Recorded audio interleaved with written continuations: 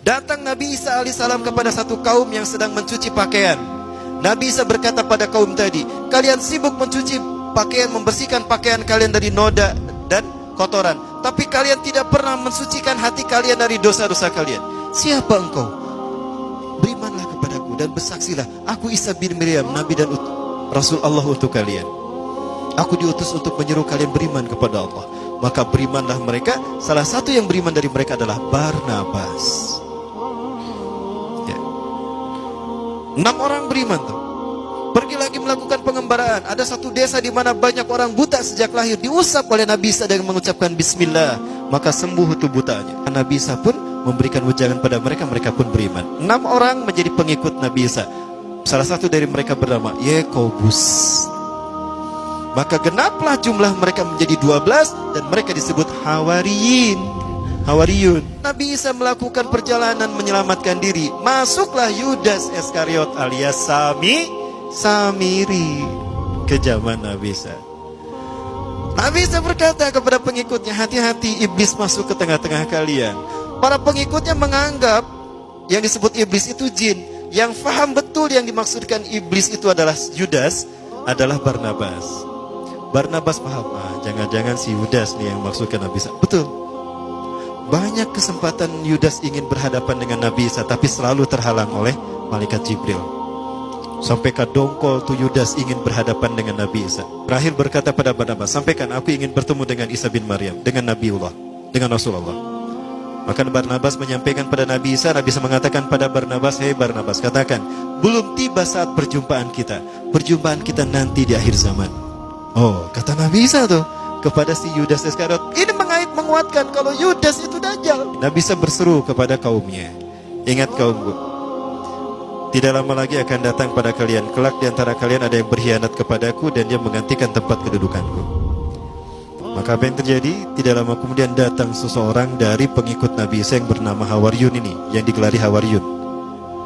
Wailun lana wailun lana, celakalah kita. Intabihu antum wa intabihu anta ya Rasulullah. Bersembunyilah kalian dan bersembunyilah anda wahai utusan Allah. Sesungguhnya Herodes dan pasukan Romawi, mereka dituntun oleh Sanhedrin, para pendeta yang memasukkan Taurat kita, ya, untuk datang membunuh kita. Maka Nabi Musa memerintahkan semua Hawariyun bersembunyi. Nabi Isa pun bersembunyi. Nah, di saat itulah Herodes datang dan pasukan Romawi. Ya, Herodes berkata, aku tahu kalian bersembunyi di sekitar sini. Siapa di antara kalian yang mau memberitahukan kepadaku di mana Al-Masih bersembunyi, aku akan menjadikan dia patih kerajaanku dan aku akan mengangkat dia aku akan memberi dia sepertiga harta kerajaanku. Ada yang tergiur tuh dari mereka yang bersama Nabi Isa. Siapa? Yudas Iskariot. Yudas keluar memberitahukan pada Herodes di mana Nabi Isa bersembunyi. Ya, mari ikuti aku. Aku tahu di mana Al-Masih bersembunyi. Maka ketika dia akan masuk ke tempat Nabi Isa bersembunyi, maka Nabi Isa pun ditidurkan Allah dan diangkat ke Matlaul A'la. Kita tidak tahu di mana tempat Matlaul A'la. Rasul tidak menyebutkan. Maka Nabi Isa sudah tidak ada. Begitu Yudas mau masuk, tunggu aku akan pastikan apakah Al-Masih ada di dalam atau tidak. Maka ketika Yudas masuk, culang-cilang dia. Apa culang-cilang bahasa Inggris nate? Pelanga-pelongo. Kemana Isa bin Maryam tadi ada di sini? Disitulah Allah merubah wajahnya menjadi Isa bin Maryam. Quran surat An-Nisa ayat 157. Wa qaulihim, dan perkataan mereka, inna qatalnal Masih Isa bin Maryam Rasulullah, dan klaim para pendeta Sanhedrin. Him di sini kembali kepada para pendeta Sanhedrin. Inna qatalna al-Masih Isa bin Maryam Rasulullah. Kami sedang membunuh Isa bin Maryam utusan Allah. Wa ma qataluhu, mereka tidak membunuhnya. Berarti mati tidak Nabi Isa? Tidak, kan tidak dibunuh. Wa ma salabuhu, dan tidak pula menyalibnya. Lalu siapa yang disalib? Apakah Nabi Isa? Bukan. Siapa? Walakin syubiha lahum, tapi orang yang Allah serupakan dengan Isa. Siapa yang Allah serupakan? Yudas Iskariot alias Samiri alias Dajjal. Diserupakan wajahnya menjadi Nabi Isa. Maka ketika Yudas datang kembali kepada Herodes, siapa yang ditangkap? Si Yudas inilah yang ditangkap. Mana Isa bin Maryam nyampurkan, ke dia, ditewaklah dia.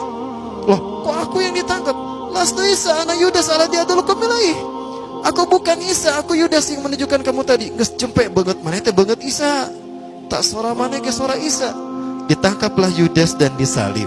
Ketika dia ditidurkan untuk disalib, dia melihat Nabi Isa dinaik ke langit, diangkat. Di saat itu Yudas berseru, Eli Eli lama sabachthani, ada dalam Bible tuh. Tuhanku, kenapa kau tinggalkan aku? Jadi Tuhan bahasa Ibraninya Eli. Maka kemudian dibangunkan tuh si Yudas, diarak ke bukit Golgota. Golgota artinya tengkorak, karena salibnya tinggi, salibnya kadang digotong, kadang dia menunduk begini. Herodes memegang pedang di tangan kanannya, Old Testament perjanjian lama di tangan kirinya. Itu pedang ditusuk-tusukan ke tubuh Yudas. Ketika menusuk tubuh Yudas yang dikira Yesus, dikira Nabi Isa, darah bercucuran, diminum tuh darahnya oleh para pendeta Sanhedrin dan tentara Romawi. Kenapa? Jika ada bagian tubuh Isa bin Maryam, Yesus Kristus dalam tubuh kita, bersatu dalam tubuh kita, maka tubuh kita tidak akan disentuh api neraka selamanya. Buat saya yakin kalau yang disalib itu Dajjal. Rasulullah bersabda, "Ma ba'asallahu nabiyyan qatun min Adam ila taqumusah."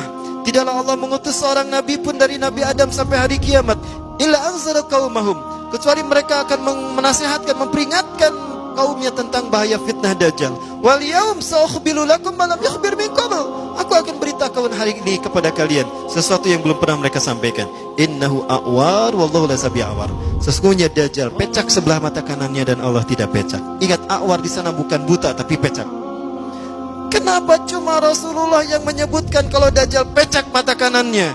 Kenapa Nabi yang lain tidak menyebutkan? Karena peristiwa pecak sebelah mata kanannya terjadi setelah Nabi Isa diangkat. Herodes dengan pedangnya tadi menusuk-nusukkan ke tubuh Yudas. Salah satu tusukan pedang itu mengenai mata kanan Yudas Iskariot. Di saat itulah Dajjal kehilangan mata kanannya.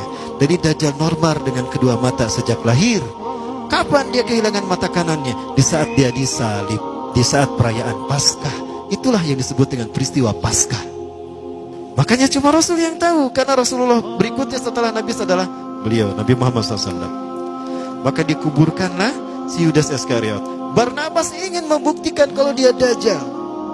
Akan aku gali setelah 3 hari 3 malam. Kalau dia ternyata masih hidup, berarti dia Dajjal. Setelah 3 hari 3 malam, diam-diam Barnabas menggali kuburan Yudas, dan Yudas pun masih hidup. Maka yakinlah Barnabas kalau Yudas itu Dajjal. Terakhir yang dia inginkan, yang dia tunggu adalah Yudas mengaku Isa bin Maryam. Diobati bertahun-tahun hingga sembuh penyakitnya.